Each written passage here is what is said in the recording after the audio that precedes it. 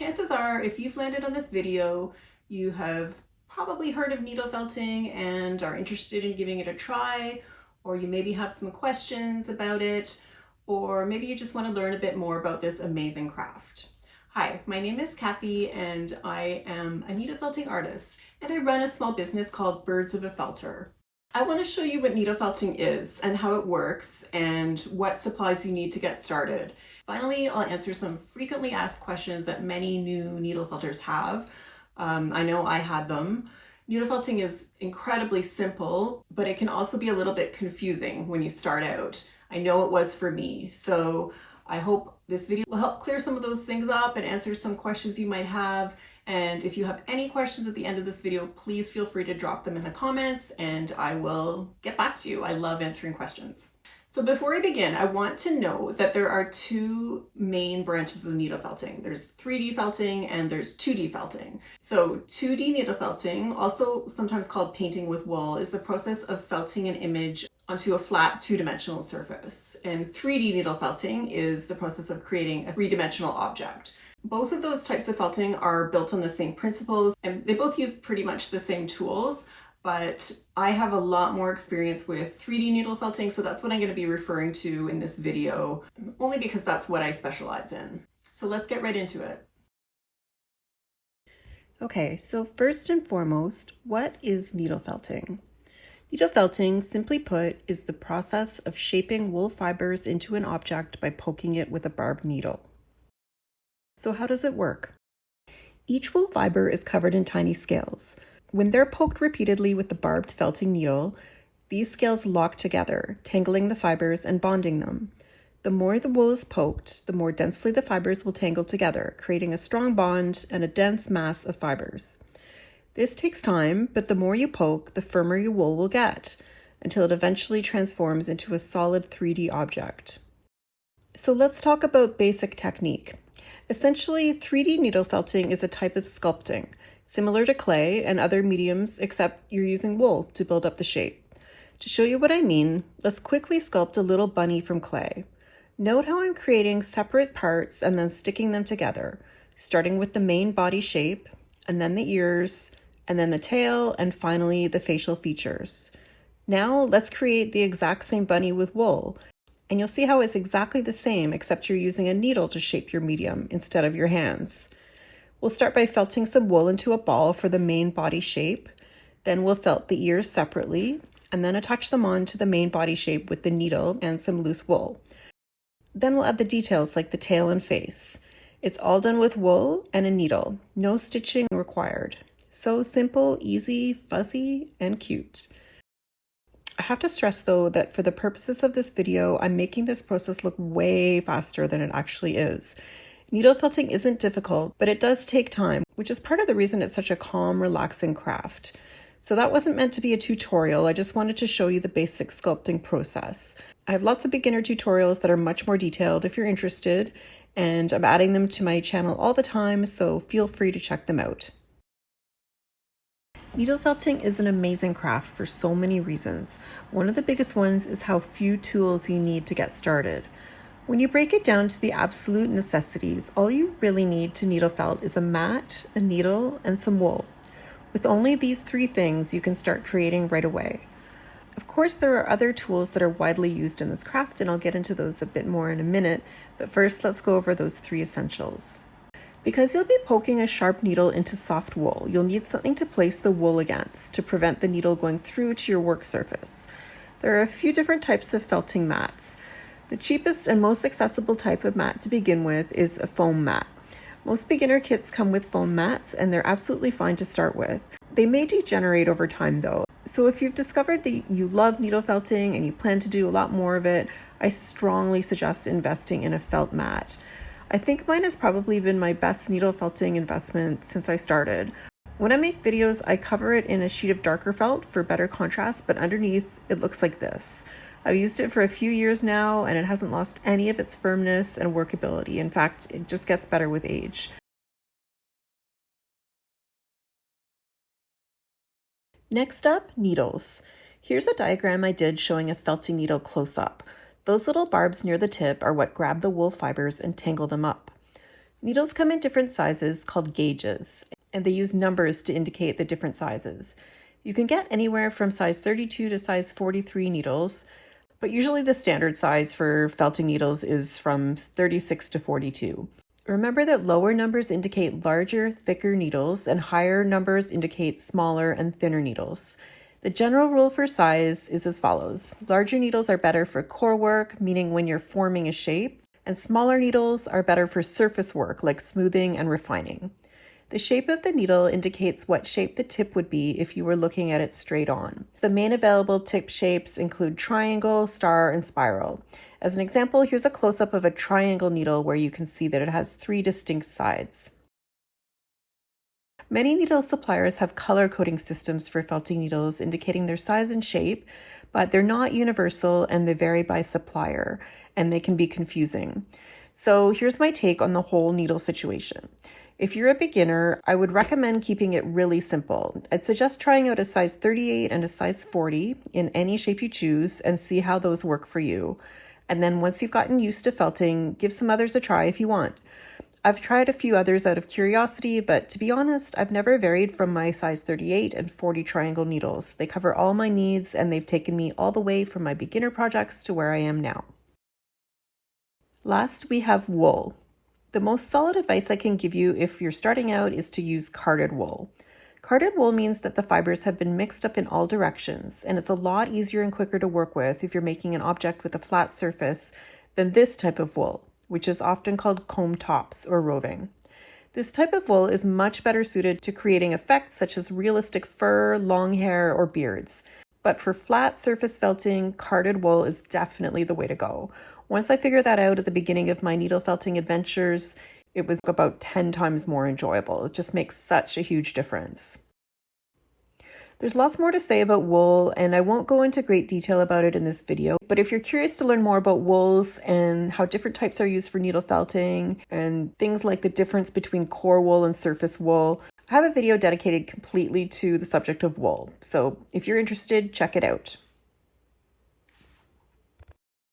Okay, so maybe now you've tried a few simple projects and you know you want to do more needle felting.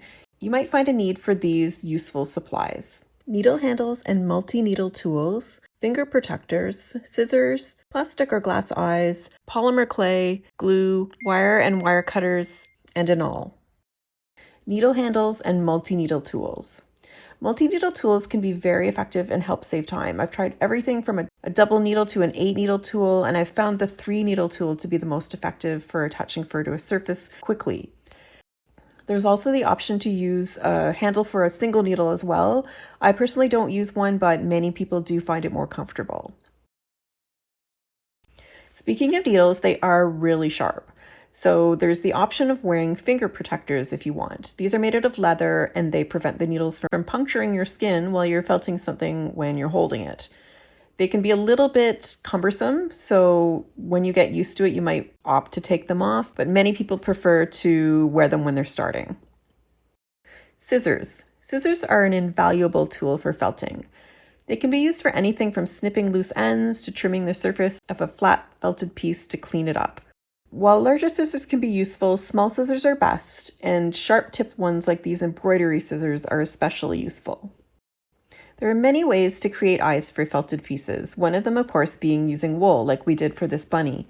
But depending on what kind of effect you're going for, you might want to try out using plastic or glass eyes. These range in size from the tiniest little black dot to larger eyes with colorful irises. Polymer clay or air dry clay is useful for making things like noses, claws, beaks, hooves, or horns. Clays such as Sculpey and Fimo need to be baked, but there's also air dry clay which does not.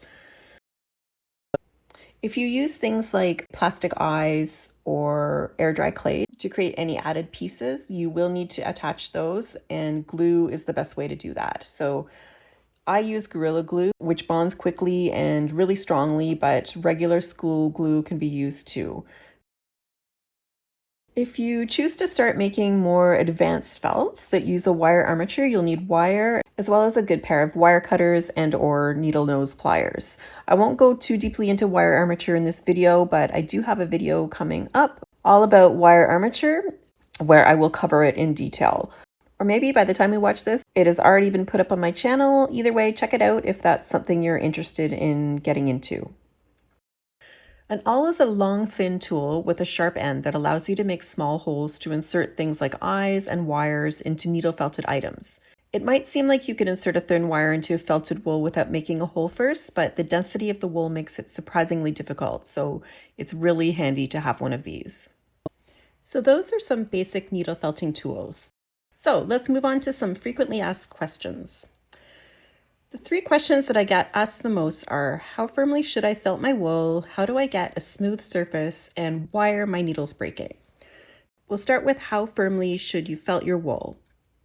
The wool needs to be felted firmly enough that it will hold a definitive shape, but some felters like their work to be very firmly felted, whereas others like to stop when it's a bit softer. So there's definitely some wiggle room and no hard and fast rule for firmness. The more you poke the wool with the needle, the firmer it will get. It's also important to remember that wool shrinks when it's felted, so the more you felt it and the firmer it gets, the smaller it will become. This photo shows the exact same amount of wool, but the ball on the right is much more firmly felted and therefore considerably smaller. Keep in mind that it's easier to get a smooth surface when you have a firmer base.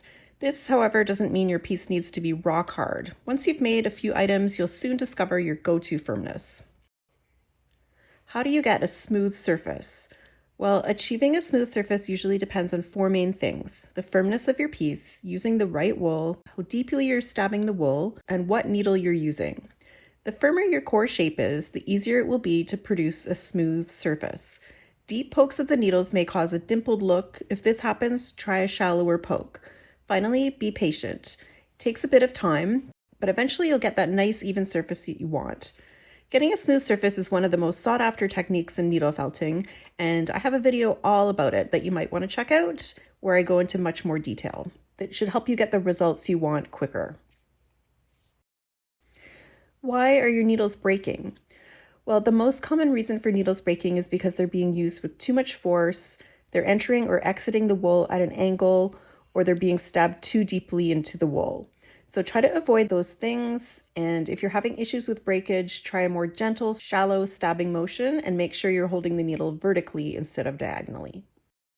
The last thing I want to talk about in this video is getting started with supplies. So I often get asked if it's better to start with a kit or to buy your tools and materials separately.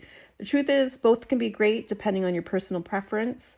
A beginner kit is great because it usually includes the basic tools and materials you need, a mat, needles, and wool, and also instructions for making whatever project you choose. And then when you're done, you still have your needles and mat, and all you need is more wool to keep creating. I have a line of kits that are absolutely perfect for beginners, and I've had really good feedback on them, and I can personally attest to their quality. So check out my website for more information if you're interested in looking into those further. If you want to buy your supplies separately though, there's nothing wrong with that. There are a lot of online stores that specialize in needle felting supplies, such as fibercraft.ca. This is where I get all my supplies, or Olive and Sparrow. Those are if you're in Canada. They're both excellent resources. There's Serafina Fiber Arts, Living Felt, Felted Sky, and Wool Buddy in the States. And I've heard nothing but good things about World of Wool and Heidi Feathers if you're in the UK. I'll link those in the description, and if anyone out there has any other online shop recommendations, feel free to drop them in the comments, especially if you know of other resources in other countries or continents that I haven't mentioned. Amazon also has beginner kits. I actually bought my first beginner kit on Amazon, and it was not too bad. So those are the basics of needle felting. I hope you enjoyed the video and are maybe inspired to give needle felting a try. I can almost guarantee you that you will love it. Really, the most important thing to remember is to just enjoy the process. It's not a quick craft. It does take time and patience, so there's nothing wrong with spacing a project over a few days or a week or two. So relax and have fun with it and get ready to watch the wool transform right before your eyes. And again, I have lots of videos for relative newcomers to the craft, so feel free to check them out. And if you're interested, I'd love it if you subscribe to my channel, and I promise there will be lots more to come. Thank you so much. I will see you in the next video, and until then, take care.